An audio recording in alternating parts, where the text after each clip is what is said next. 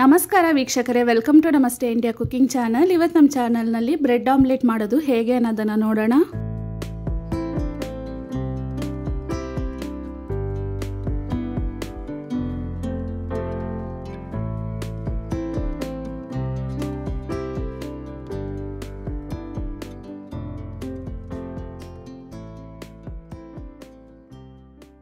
ಒಂದು ಕಡಾಯಿನಲ್ಲಿ 2 ಚಿಕ್ಕ ಸೌಟಷ್ಟು ಎಣ್ಣೆಯನ್ನು ಹಾಕ್ತಾ ಇದ್ದೀನಿ.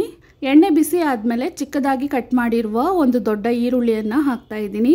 ಈರುಳ್ಳಿ ಸ್ವಲ್ಪ ಸಾಫ್ಟ್ ಆದಮೇಲೆ 1/4 ಸ್ಪೂನಷ್ಟು ಶುಂಠಿ ಬೆಳ್ಳುಳ್ಳಿ ಪೇಸ್ಟ್, ಇದನ್ನು ಸ್ವಲ್ಪ ಬಾಡಿಸಾದ್ಮೇಲೆ ಚಿಕ್ಕದಾಗಿ ಕಟ್ ಮಾಡಿರುವ ಅರ್ಧ ನಾಟಿ ಟೊಮೆಟೊವನ್ನು ಹಾಕ್ತಾ ಇದ್ದೀನಿ. ಟೊಮೆಟೊವನ್ನು ಸ್ವಲ್ಪ ಬಾಡಿಸಾದ್ಮೇಲೆ 1/4 ಸ್ಪೂನ್ನಲ್ಲಿ ಅರ್ಧದಷ್ಟು ಅರಿಶಿನದ ಪುಡಿ, ಅರ್ಧ ಸ್ಪೂನಷ್ಟು ಅಚ್ಚ ಖಾರದ ಪುಡಿ ಮತ್ತು ಧನಿಯಾ ಪುಡಿಯ ಮಿಶ್ರಣ, 1/4 ಸ್ಪೂನ್ಗಿಂತ ಕಡಿಮೆ ಉಪ್ಪು, ಸ್ವಲ್ಪ ಗರಂ ಮಸಾಲವನ್ನು ಹಾಕ್ತಾ ಇದ್ದೀನಿ. ಟೊಮೆಟೊ ಪೂರ್ತಿ ಮ್ಯಾಶ್ ಆಗೋವರೆಗೂ ಇದನ್ನು ಬಾಡಿಸ್ತಿರ್ಬೇಕು. ಸ್ಟವನ್ನು ಲೋ ಫ್ಲೇಮ್ನಲ್ಲೇ ಇಟ್ಟಿದ್ದೀನಿ. ಮಸಾಲೆ ಇವಾಗ ಚೆನ್ನಾಗಿ ಫ್ರೈ ಆಗಿದೆ. ಕಟ್ ಮಾಡಿರುವ ಕೊತ್ತಂಬರಿ ಸೊಪ್ಪನ್ನು ಹಾಕ್ತಾ ಇದ್ದೀನಿ. ಒಂದ್ಸಲ ಚೆನ್ನಾಗಿ ಮಿಕ್ಸ್ ಮಾಡಿ ಸ್ಟವನ್ನು ಆಫ್ ಮಾಡಿ ಇದನ್ನು ಪೂರ್ತಿಯಾಗಿ ತಣ್ಣಕ್ಕಾಗಕ್ಕೆ ಬಿಡಬೇಕು. ಅಷ್ಟರಲ್ಲಿ ಬ್ರೆಡ್ಡನ್ನು ರೋಸ್ಟ್ ಮಾಡ್ಕೊಳ್ಳೋಣ. ಮೀಡಿಯಂ ಹದಕ್ಕೆ ತವಾವನ್ನು ಕಾಯಿಸಿದ್ದೀನಿ.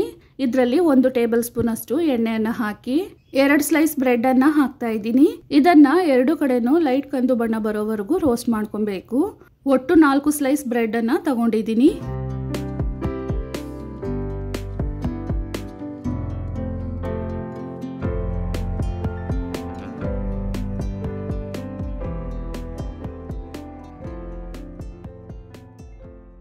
ಬ್ರೆಡ್ಡನ್ನು ಇವಾಗ ರೋಸ್ಟ್ ಮಾಡಾಗಿದೆ. ಇದನ್ನು ಒಂದು ಕಡೆ ಹಾಗೆ ಇಡ್ತಾ ಇದ್ದೀನಿ.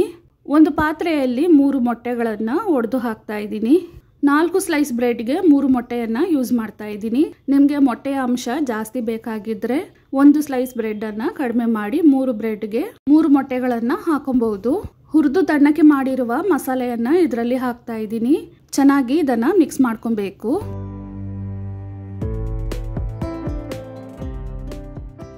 ಬ್ರೆಡ್ ಆಮ್ಲೆಟ್ ಮಾಡೋದಕ್ಕೆ ರೋಸ್ಟ್ ಮಾಡಿರುವ ಬ್ರೆಡ್ ಮತ್ತು ಮಸಾಲೆ ಹಾಕಿರುವ ಮೊಟ್ಟೆ ತಯಾರಾಗಿದೆ.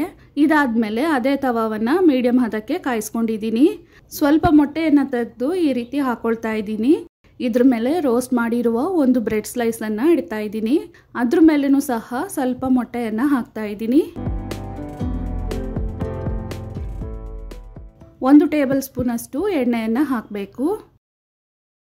ಆಮ್ಲೆಟ್ ಪೂರ್ತಿಯಾಗಿ ಬೇಯೋಷ್ಟರೊಳಗೆ ಸೈಡಲ್ಲಿರುವ ಮೊಟ್ಟೆಯನ್ನು ಈ ರೀತಿ ಬ್ರೆಡ್ನಲ್ಲಿ ಅಂಟಿಸ್ತಾ ಇದ್ದೀನಿ. ಸ್ಟವನ್ನು ಲೋ ಫ್ಲೇಮ್ನಲ್ಲೇ ಇಟ್ಟು ಇದನ್ನು ಬೇಯಿಸಬೇಕು.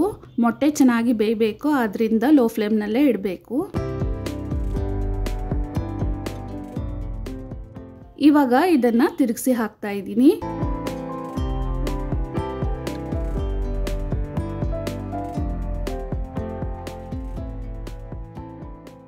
ಇನ್ನೊಂದು ಕಡೆನೂ ಮೊಟ್ಟೆ ಬೆಂದಾದ್ಮೇಲೆ ಒಂದು ಚಿಮಟ ಅಥವಾ ಟಾಂಗ್ನ ಸಹಾಯದಿಂದ ಬ್ರೆಡ್ಡನ್ನು ಈ ರೀತಿ ಇಟ್ಕೊಂಡು 4 ಸೈಡ್ಸ್ಗಳನ್ನು ಬೇಯಿಸಬೇಕು.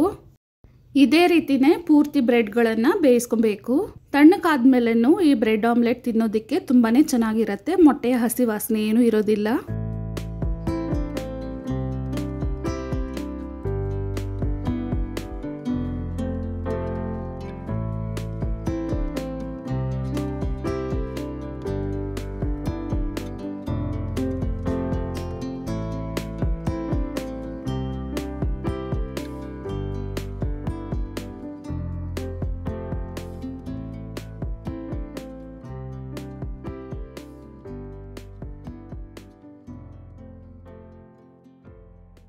ಬ್ರೆಡ್ ಆಮ್ಲೆಟ್ ಇವಾಗ ತಯಾರಾಗಿದೆ.